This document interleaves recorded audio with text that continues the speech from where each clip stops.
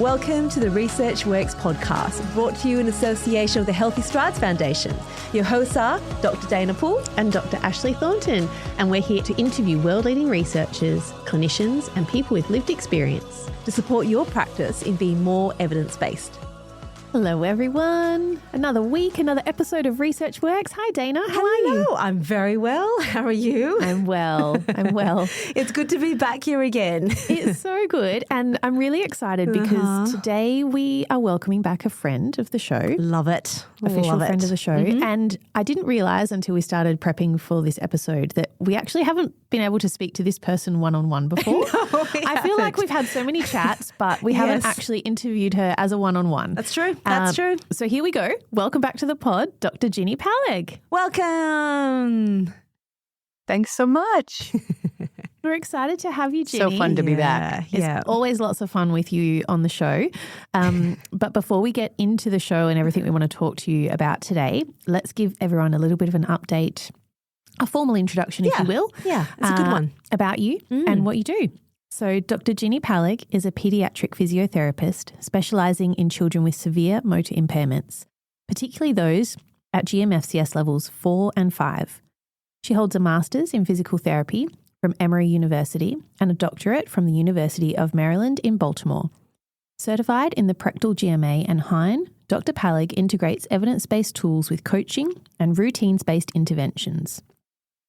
With over 60 peer-reviewed publications, her research spans standards, supported stepping, and power mobility for children with complex needs.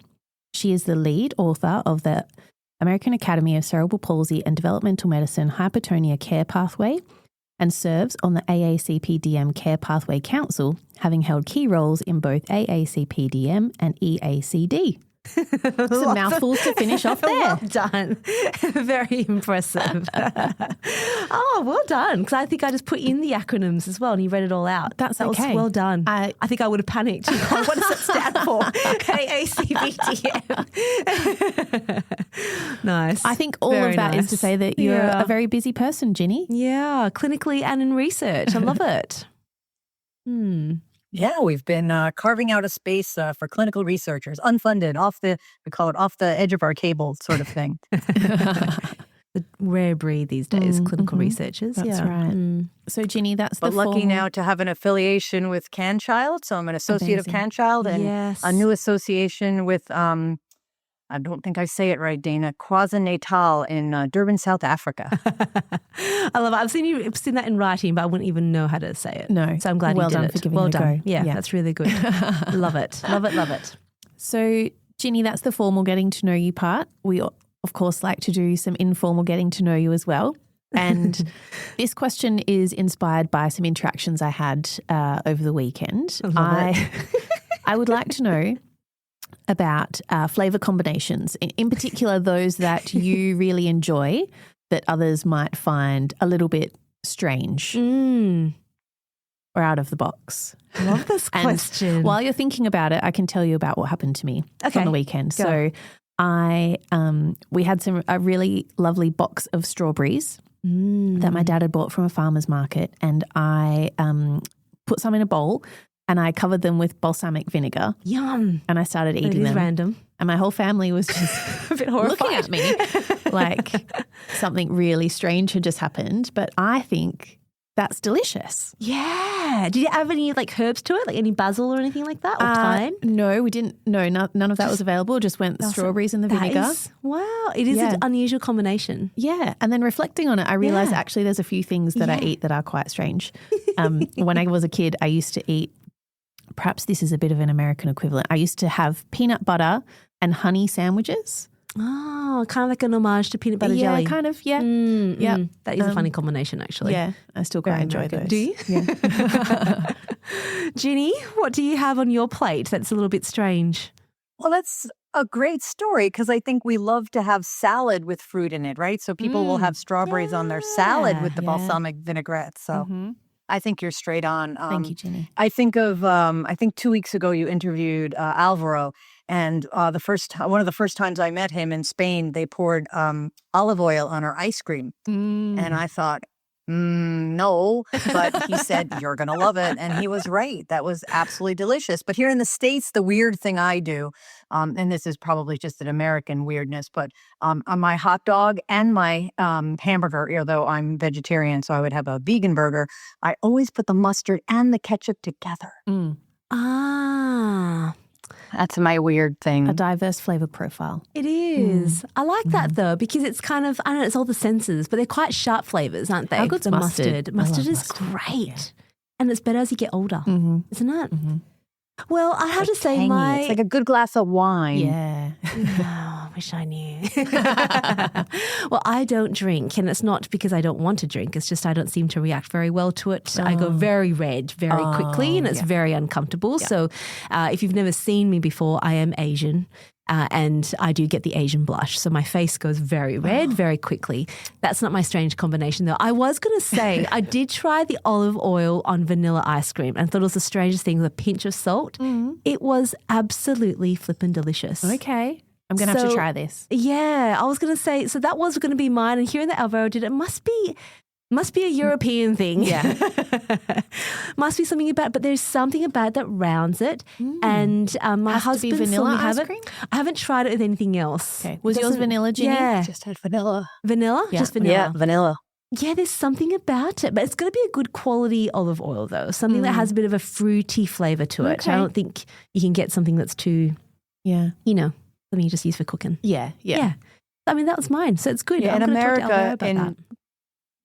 Yeah, if you ever go to California or Spain, the olive oil, Lourdes Masi has turned me on to like the olive oil that tastes like fresh cut grass or like, or what did you call them? Herbs? We call them herbs, but they have that flavor. H. So yeah, so maybe if you put that. What do you do with that your on your H? vanilla ice cream. Where's it go? What happens to the name Herbert? Herbert? We don't call anybody that anymore. Okay. We have lots of letters we don't pronounce, like O-U-G-H-T. You ought to do that. Like, I don't know. We have a lot of letters we just ignore. Well, we don't It's very finish our French. words. Yeah, we don't use R's really, very well. But look, I think, this could be it. Our differences can be what unites us sometimes. It's kind of... There you go. I knew we'd get there. Yeah, we got there. There we go. Ding.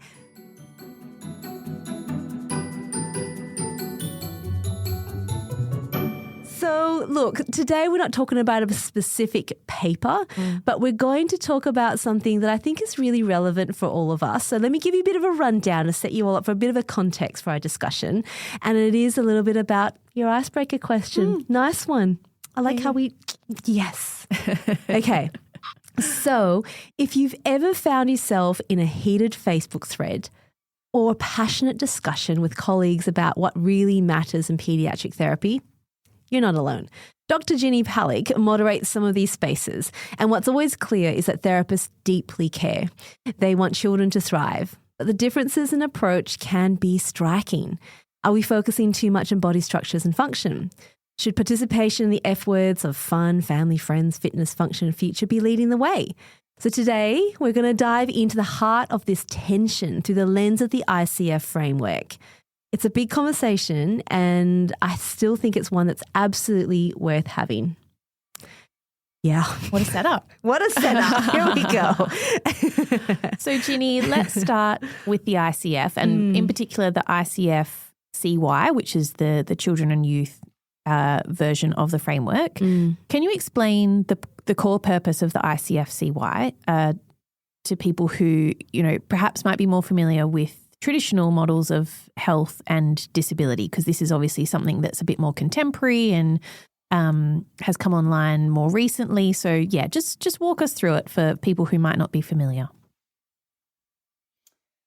I'm going to take a little bit of a different spin on that, and I'm going to come to it from the other end. And you'll see this is going to go through our whole conversation.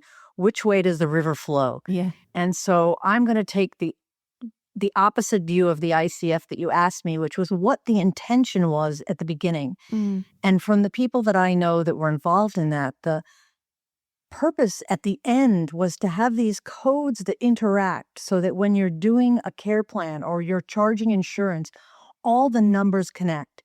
So that somebody who's trying to decide whether or not you've done the appropriate intervention or that they're going to pay for your services, they have to see that the numbers make sense. So that when you started with, let's say someone with an acquired brain injury, and then you picked a number that went with high tone or spasticity, what did you use something to measure it? How did you set your goals? Did the numbers, you can actually, there's letters and numbers that go, and people don't actually know this. People haven't actually opened that document and seen all the way the lines connect. So to me, it sort of looks like, oh God, what's that movie?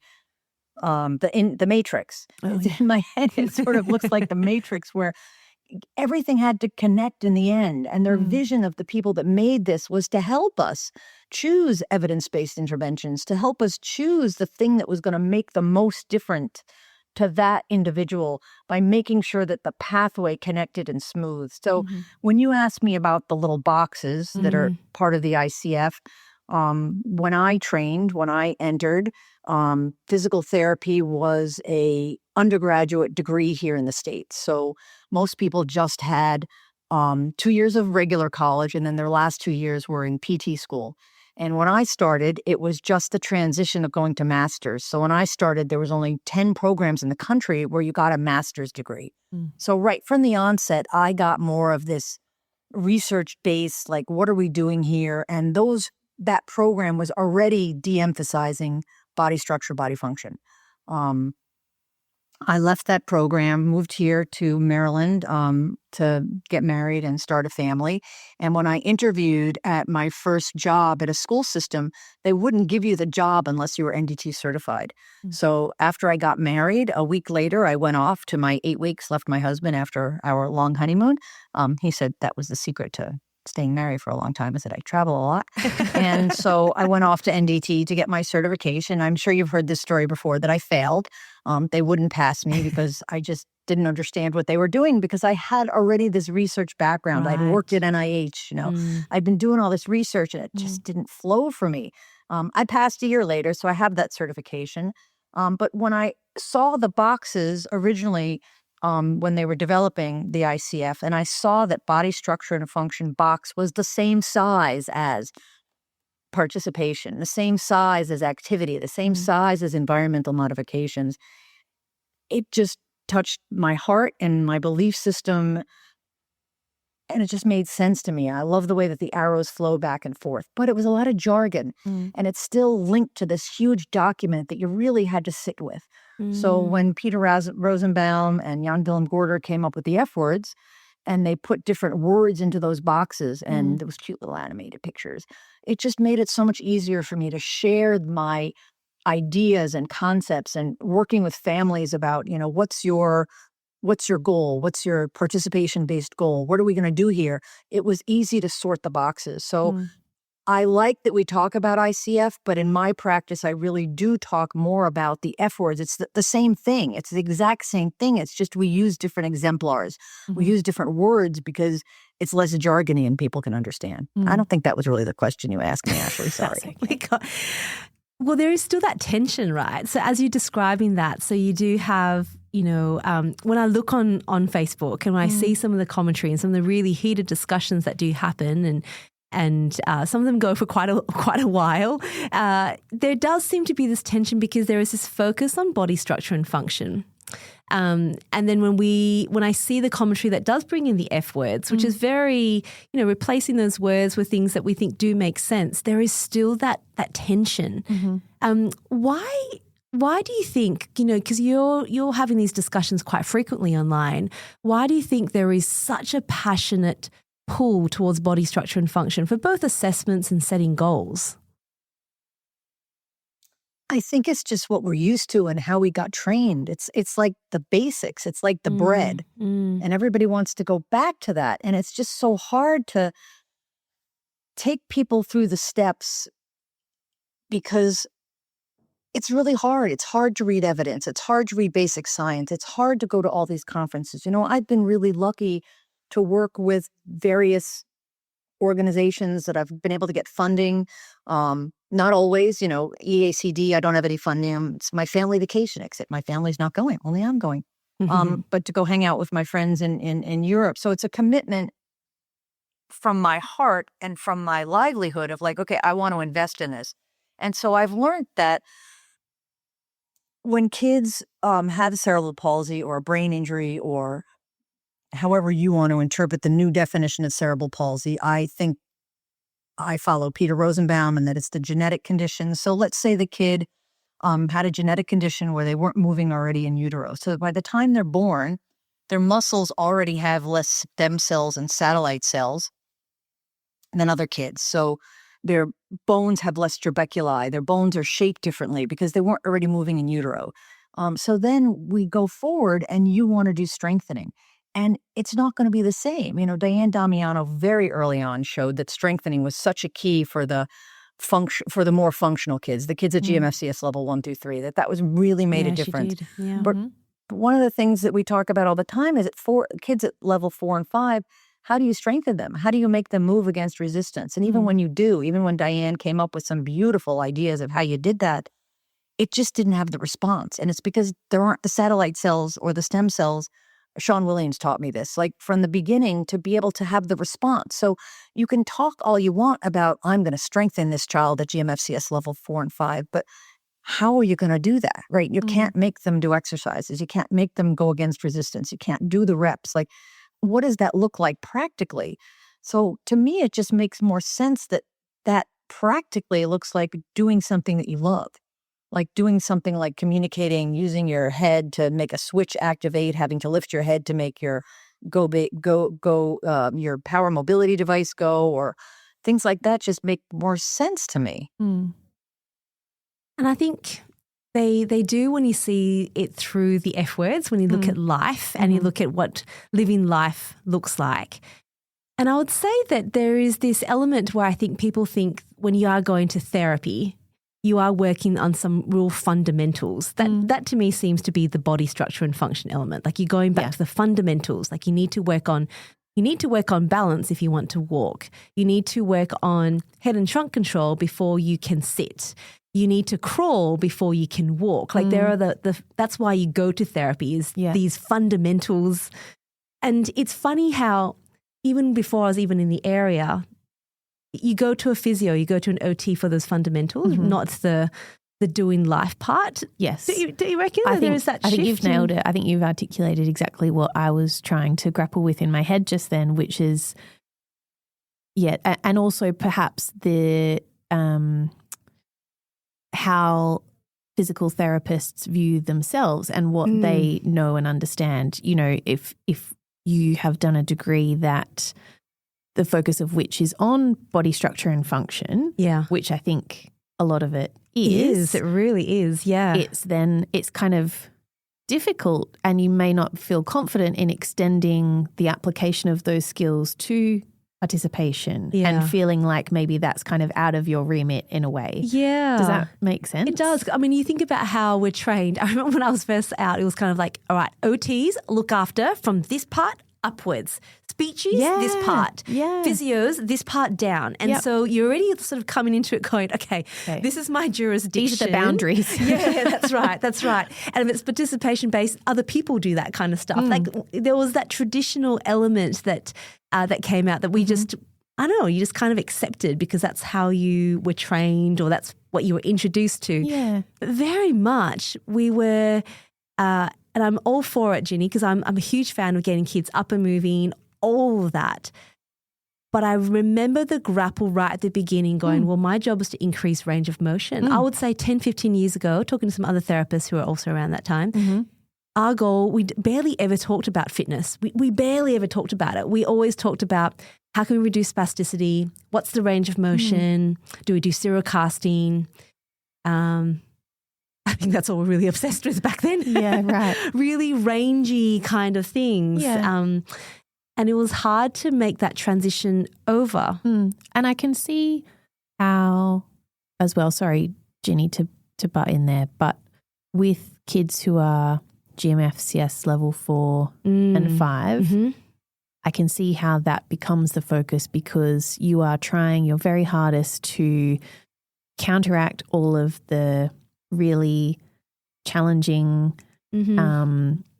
physical manifestations of their cerebral palsy, right? Like with the dystonia all these things that you're trying to manage with a really complex condition, if you've only got a short period of time to see these kids and support them and their families, you're going to try and do everything you can to keep them as comfortable as possible, right? Yeah. So I can see how that happens. Yeah. And you start to, you break it down to these little tiny bits, which I think if you're GMS level 1, 2 and 3, sometimes 3, you can do the strengthening programs. You can sort of do a lot of those programs, but when it comes to children who are classified more as 4 and 5, that approach looks different. And I think that's part of it. I don't know. What do you think, Ginny? Those are just me spewing my thoughts there. When I want to go back to those 3 things you said, because I don't believe in any of them and I'd like to pick them apart. But I think it's coming from the adult rehab world, because how we approach it is how you would approach it with someone who already has experience with normal pathways and normal movement, and they have some pathways left. And it might be that we have some pathways like the rubrospinal tract. Everyone has this, magical idea that we can tap into that and make that change. But they also have some semblance of cognition left and reason and motivation. And they know what they're striving for. They know what they want to get to. And I think that's so different when you have a child who, I've done the HINE, I know their GMAs, so I know that I can predict with some reasonable degree of confidence that this kid is going to have a very different journey. It's a child most likely to be non-ambulatory. We're going to need assistive technology. We're going to need to really focus from the beginning, the personality, the development of fun, the value, the bonding. And it's a different pathway. And we can't, if we just wait, I forgot, what are those 3 things you said at the beginning? One of them was you said you shouldn't work on sitting until you have head control, I think you said. Did I hear that right? Yeah, that's what we were told. I don't believe that. I don't believe, I don't believe in the top down. I see the back filling. I put you, and you do too. I know you believe this. We put you in a stepping device, and then that's how you get control. And even when I see articles published today that are current thinking, I catch things that trouble me. Like the newest APTA just came out with clinical reasoning. It's in the APTA journal. And one of the things they're recommending is balancing on a ball. I don't believe in balancing on a ball. We don't live in a world where we get on moving things a lot. Maybe the escalator is about the only thing I can come up with. So that whole idea of like triggering movements on kids in a ball, I want you to step that back and think, where did it come from? It comes from triggering postural reactions and reflexes and thinking that that's getting you strengthening and that's giving you volitional movement. And I think that's the root of the disagreement, is really about what's happening here. What are you doing with your hands? Why are you making that child do that particular activity? How did you choose that? And that's such a hard conversation to make people break down. Like, what was the analysis in your mind? Why did you decide that stepping in and out of a box was the key to bike riding, or whatever the goal the family came up with? And I think everybody wants to do the right thing. Everybody's trying to help the child. But I think the root, if I had to pick one thing, it would be that we're not starting with a participation goal. If we sat down with the family and did the motivational interview and went through your whole routine and were like, okay, what's difficult for you? And you actually want to change it. And what do you want that to look like in 6 months? Okay, that participation goal, that's what we're going to do. And that can't happen on a plinth. That can't happen on a ball. That has to happen in a real life context. That's why I hang out in homes and daycares. And when you ask that question, like, why are you working on standing on a ball or whatever it might be, what are the reasons that you get for that? Because I mean, I do see them on online discourses, but how about you talk me through that? Like, what are the reasons for it? Because I think that's we all work to rationale, and but I think that comes down fundamentally to an ideology about what it is that you truly do believe, doesn't it? Yeah, right. And the 2 biggest breakdowns I see are: is the child actually active? Is the child initiating that? So I'm going to make up some things here, but let's say the first flicker of I want an Oreo cookie is coming actually from my cerebellum, right? And it's like, okay, I want that. I want my limbic system. I want that. I want that Oreo cookie right now. I want the double stuff. I want the peppermint crunchies on the outside. Yeah, you do. Okay, I've got to get a plan. And there's lots of places in your brain that light up in a certain order to get you then to get up and go get the Oreo cookie. And then you've got the rational part of your brain that's like, okay, you're only getting one or you're only getting a half. And when you do the imposed things, when you move the child, when you do something contrived, like being on a moving surface or balancing in the air, it's not making the brain fire that way. So if you skip to the middle part, if I always put the peanut butter and jelly on the counter, my husband actually never learns where they came from and where they go back to. Believe me, I've made little labels. They're in my brand new kitchen cabinets. There's a label. Peanut butter goes right here. I know you wouldn't think I'm that kind of person. I'm newly this kind of person.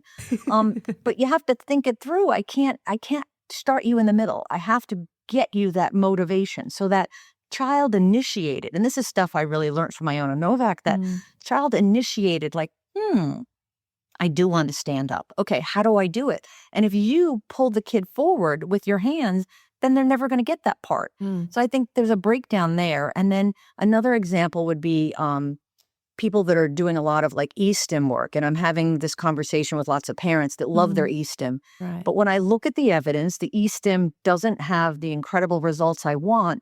And now I've come to understand why. And it's the same thing. It fires in the exact opposite pattern as it will when you use the muscle yourself. So yes, I can make more sarcomeres and make the muscle stronger, but if I'm not able to wire it, if I'm not able to use it, initiate it, it doesn't do me any good.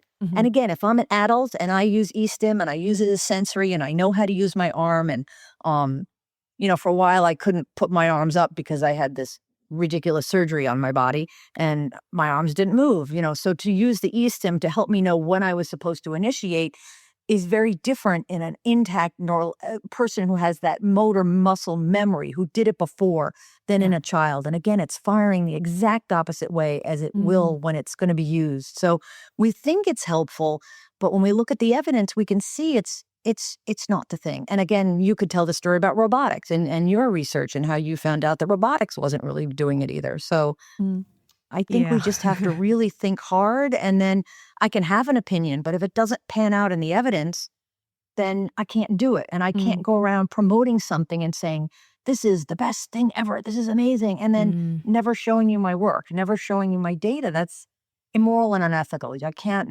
At the beginning, when I was a MOVE trainer, Diane Damiano helped me publish my MOVE data, because I can't come to you to teach you a CEU course, to charge you money. I think I made $200 a course back then. If I haven't done the homework, if I haven't done the work to show that it's useful, and I can't say, oh, it's very similar to this, and look, this is useful. It doesn't work that way. So I think it's really logic and taking it slow and talking to lots of people and getting different viewpoints, which is why we're going to Heidelberg. To find out, am I doing the right thing, and how do I tweak this and make this better? That's my life work, is to put all these different things in a bag, shake it up, but always be curious, always read and find out more and try to figure out, how can I do this better? Yeah. I love that, Ginny. And I think as you were talking, I was thinking a lot about the participation domain of the ICF, and actually how having a participation focus, or looking at things through the lens of participation, means that you can encourage children to start to initiate movements in context, right? So when, some of the examples that you were providing there's a lot of movement happening, but there's no context for it. It's, there's balancing on a ball, there's balancing on a plinth or whatever it is. Yeah.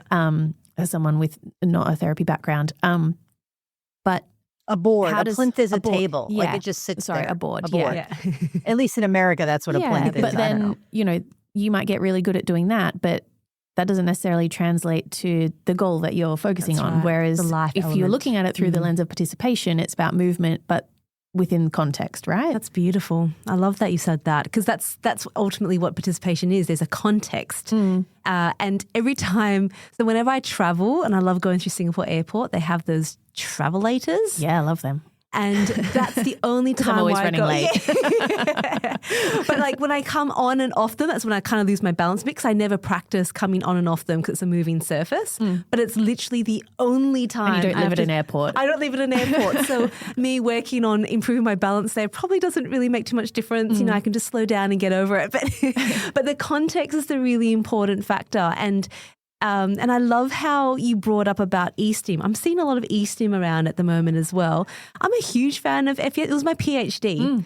But what we did find in children with hemiplegia when we put FES on for foot drop, in the kids who could already dorsiflex their ankle, if they wore the stim device for the entire 8-week period, they actually worsened in their selective motor control by the end of it. So they didn't have the therapeutic effect. So there was like, they had this, they were like more reliant on it. Yeah. And it's the same thing with robotics when you don't have that human element of kind of going, you can probably take it off now or let's do this yourself. They weren't as good. They lost their skill.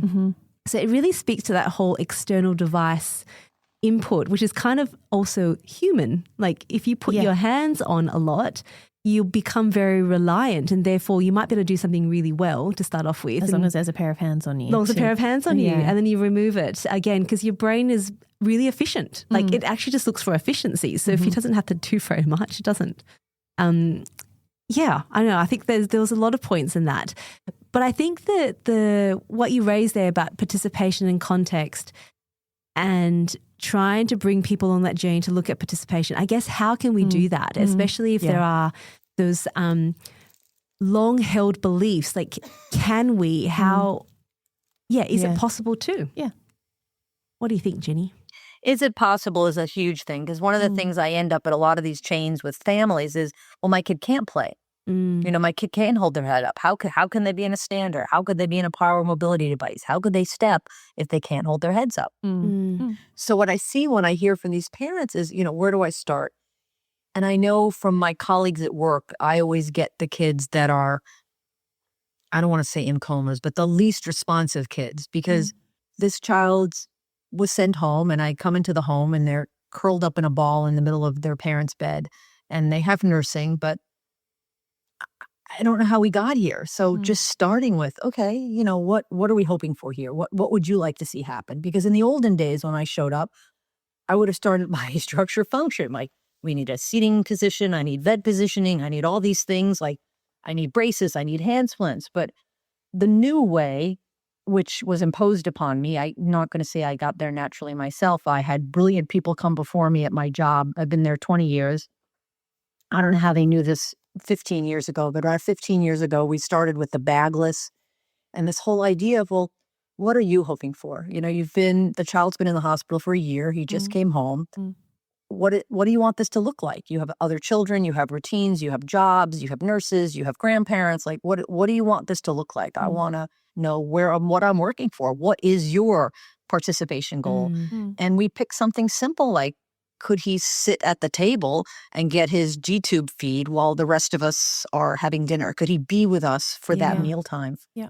And so, I'm going to do body structure and function. I'm going to try to find a chair that he can tolerate. Right now, his wheelchair is a loaner. It doesn't really fit well. He's only tolerating 30 minutes. Their mealtime lasts a little longer.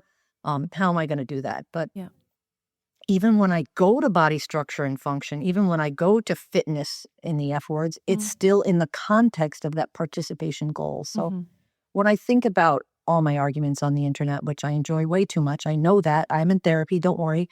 I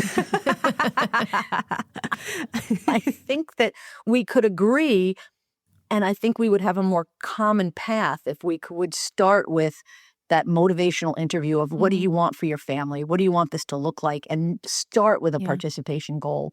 And then the next step would be, what's your outcome measure, right? So if you're not using COPM or COPM, as we call it here in the States, if you're not using PDCAT, like if you're not using a tool that looks at a participation goal model, you're not going to get there. So someone just this week asked me, how do you MNT a kid at GMFCS level 5?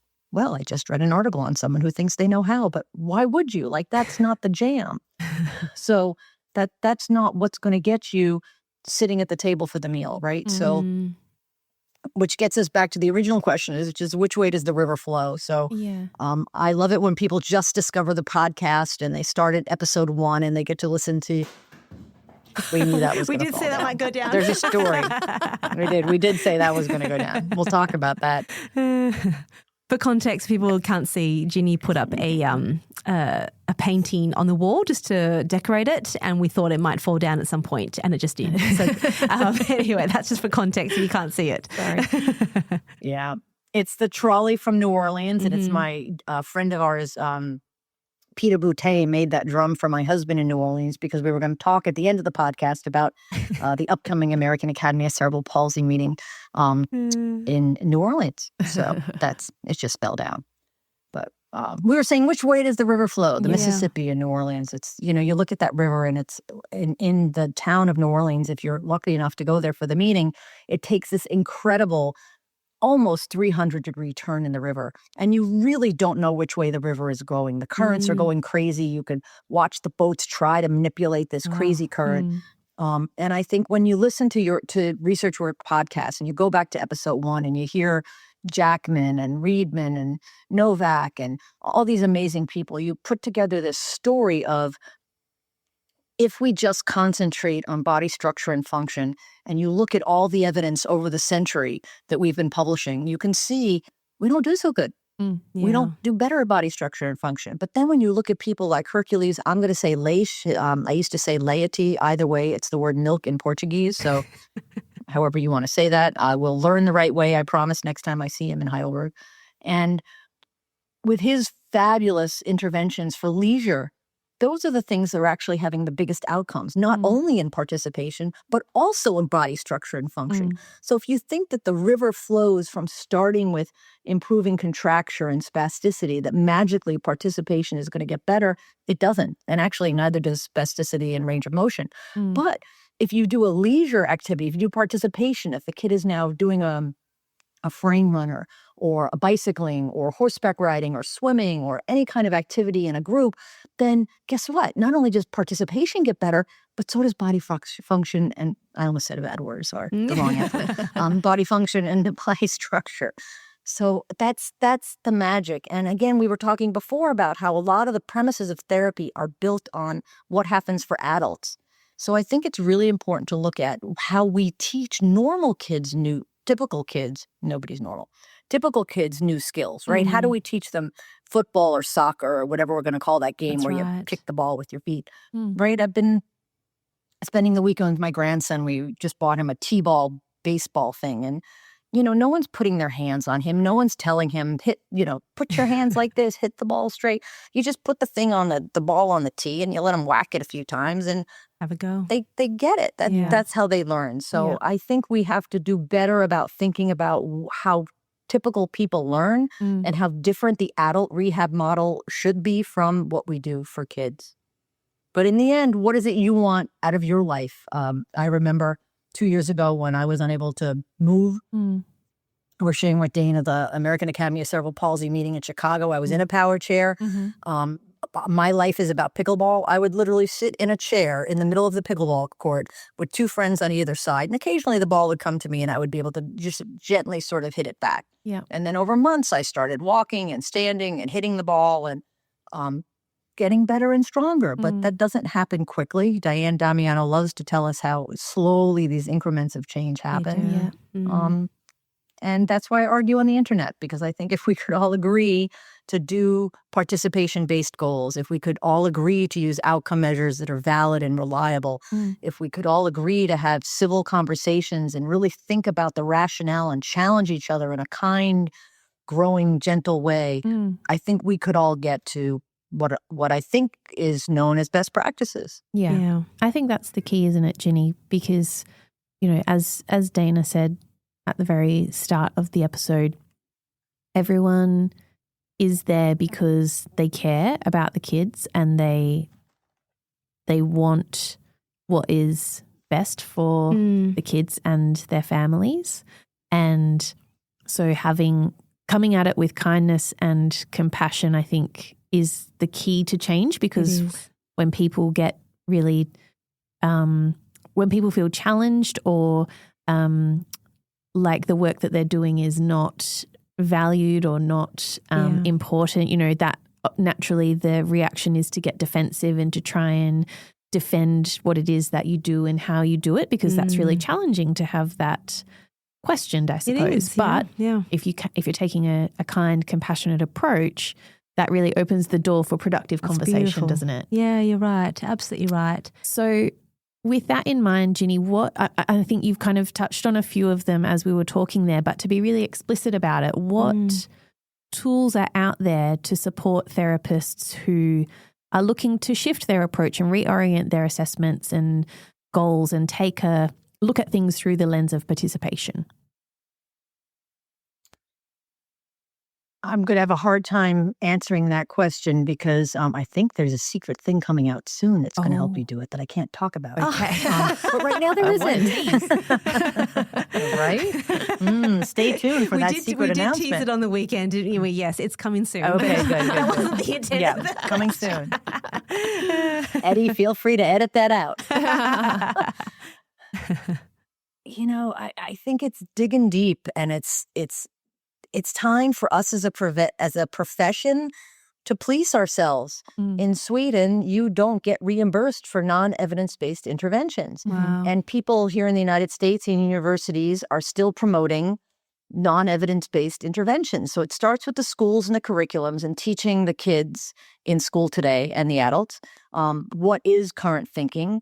And I think we've done a lousy job at branding current thinking. Like, I think it needs to be called something like the sexiest approach Novak, ever. It needs a cool name, doesn't it?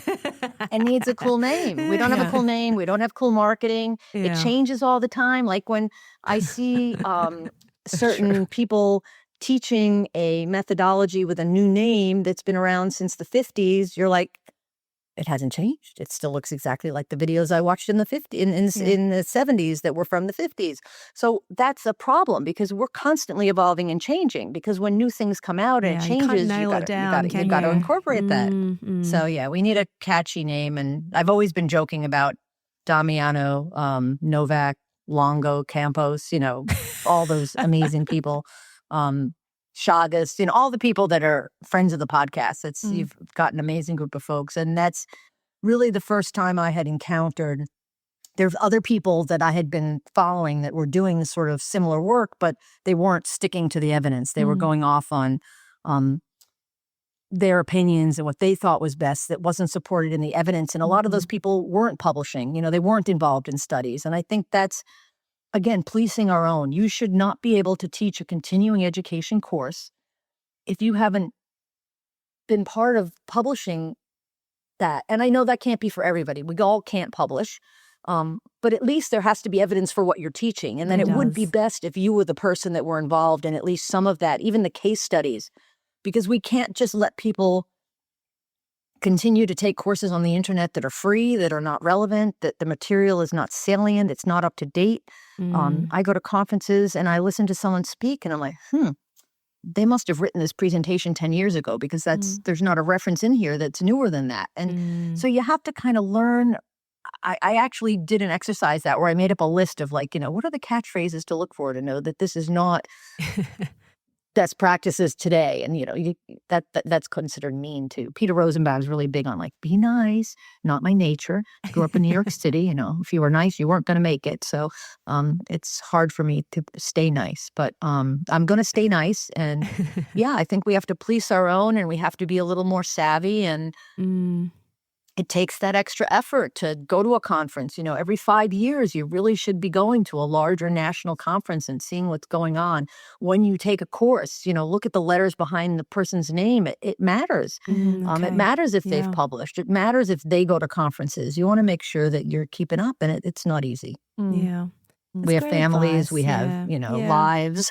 We have pickleball. With technology now, what we're doing, podcasts, and even us going to the conference and delivering that information. If you can't go, you can still hear it, very quickly and still stay up to date. So I think that the barriers that were probably in place, probably pre-COVID, they don't really exist now. We have better avenues to get more information. And what you said there about the letters do matter. What they publish does matter. It is true. We can't devalue that. Yeah. And I think, COVID has certainly paved the way for a lot of these conferences to share information in a more accessible way. And it's made it much easier for people to interact with conferences and presenters and to share information more readily. I think that can only be a positive thing. Yeah, I think so too. I think so. And I think maybe we used to be a profession where you could coast, like you could get trained and then what you learned was good. And we can't do that anymore. You have to re-up, you have to change, you have to look, you have to shift. We are ethically and morally bound. We have medical licenses in most countries around the world. And most of us are charging insurances. And in that code of ethics is that it has to be evidence-based. It can't be based on our opinion or what we make the most amount of money on. Or, we really have to remember that we're just like you want your physician to stay up to date, you want your physician to only be giving you the best evidence-based practices. Well, it's the same for us. We have these medical licenses in most countries. So I wish that we could just find the time and dig deep and be more curious and keep learning and finding out things. That's right. And not be afraid to be wrong. I think, Dana, that's something you and I have shared, the joking about, oops, got that one wrong. And I had to, it's not personal. I just had to give it up and be like, I thought it was going to work, but it didn't. And it becomes a point where you can just talk about it and I go, oh, okay, it really wasn't CPGs. That's okay. It's still working. So what is it really? So investigate that. Be curious. And, And I think that's the best part about being a scientist in a way. And, I don't call myself a scientist frequently, but sometimes that mindset is helpful. I remember one of my supervisors, it was actually a mentor who helped me do a lot of the locomotor training study. And he just said to me, remember, Dana, you're going to be passionate about this and you love it because you're a physio, but you are first in this moment a scientist. So you need to make sure you look at the science, be objective and trust your data. If you collect it in the right way and you trust your data, then you can use that. It generalizes. So you've got to be a scientist first. Such a good point. Isn't it? Because it really, you have to be mindful of your biases. That's right. And you have to be able to park that and look at things objectively and say, all that aside, is this effective? Yeah.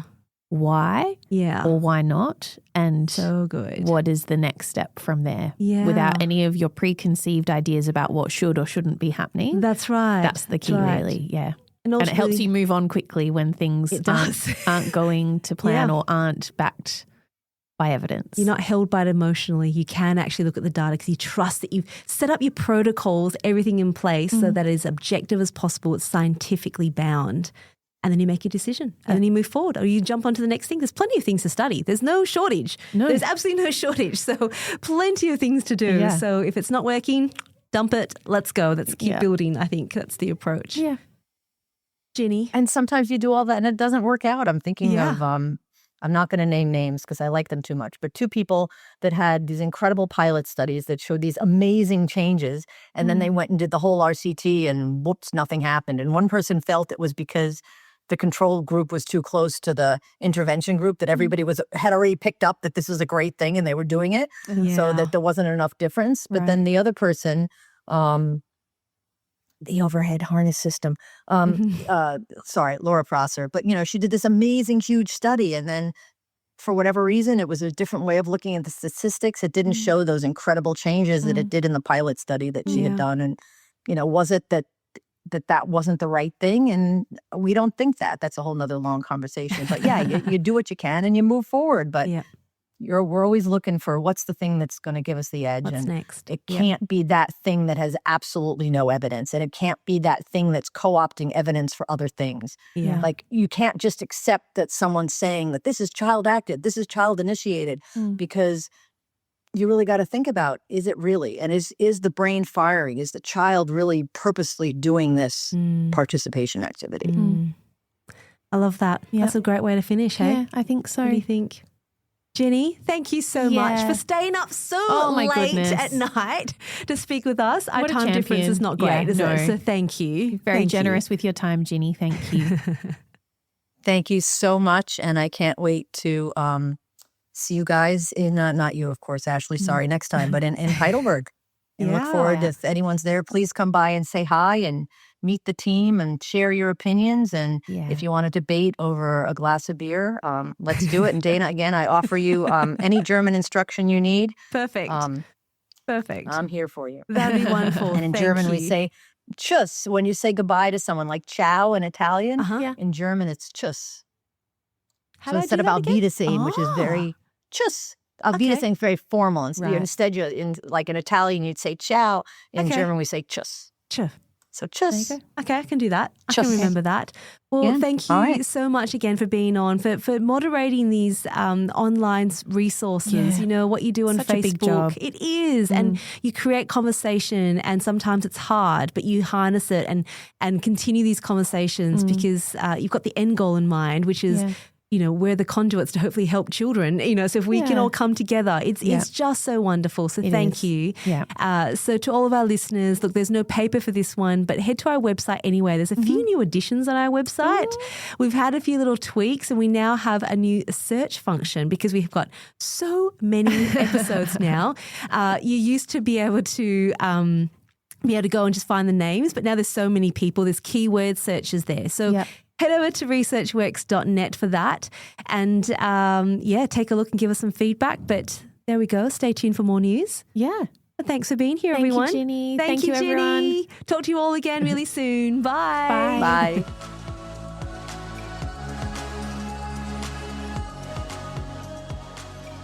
I will let that play out, but that is a wrap. Well done, everyone. Beautiful. Thank you. I saw yours yogurt and custard. That was Eddie's. Yogurt and custard. Yes. So if you haven't tried it, you can't knock it. No, but it is I'm with you. a wonderful, I'm with you. wonderful combination. I'm with you.